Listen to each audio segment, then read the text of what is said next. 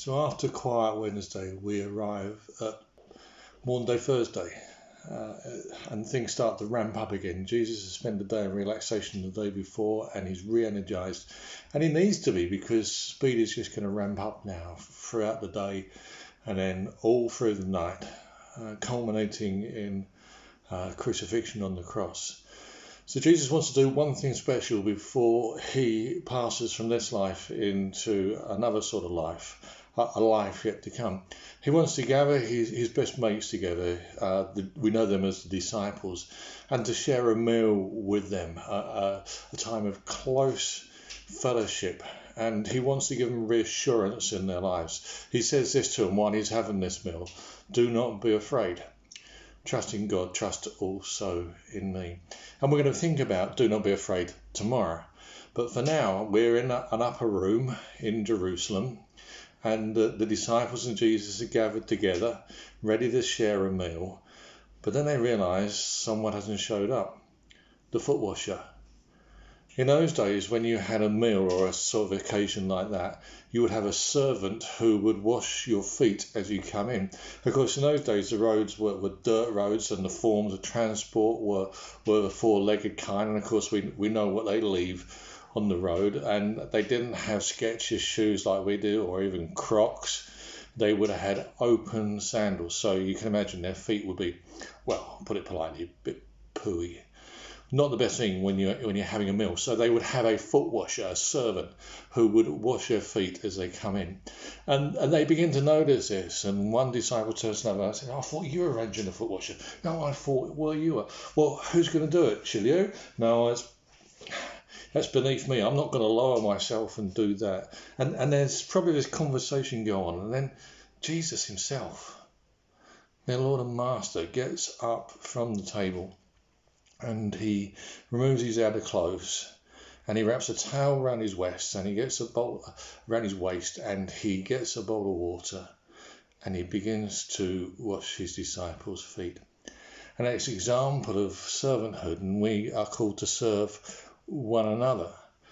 But I want you to use your imaginations just for a moment or two. Do you remember when you were a kid, and if you were a boy, you used to think either you're Batman or you're Jeff Hurst scoring a goal in the World Cup, or if you're a girl, I don't know, you might play doctors and nurses, I don't know. But just use your imaginations for a bit. You're in that upper room with the disciples, and Jesus begins to wash the feet. First of all, he comes to Peter, hot-headed Peter, whose mouth opens before he thinks and gets himself into trouble. I wonder what Jesus was thinking when he washed his feet. And then he moves on, and perhaps he moves to Thomas, who had his doubts and voiced them. I wonder what Jesus was thinking when he washed Thomas's feet. And he goes around the room, disciple, washing their feet with love. Then he comes to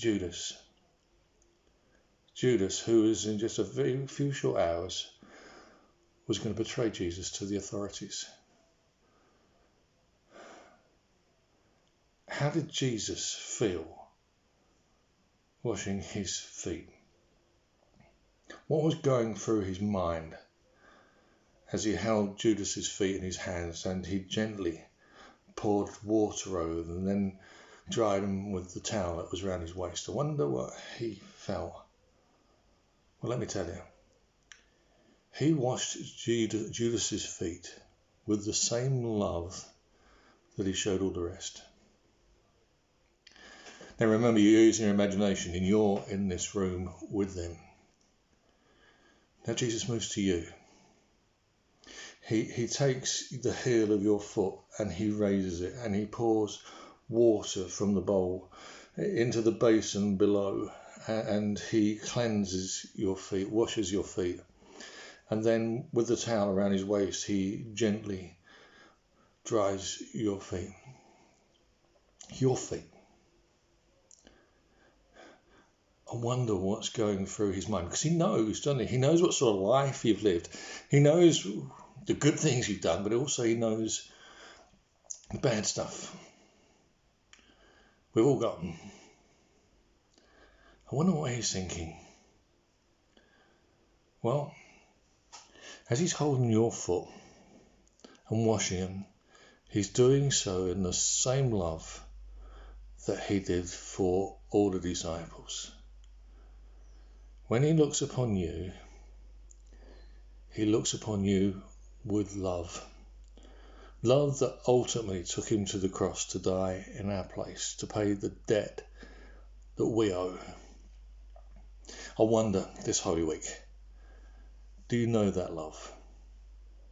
Well, today, don't put it off any longer. Accept him. Repent. Remember Tuesday?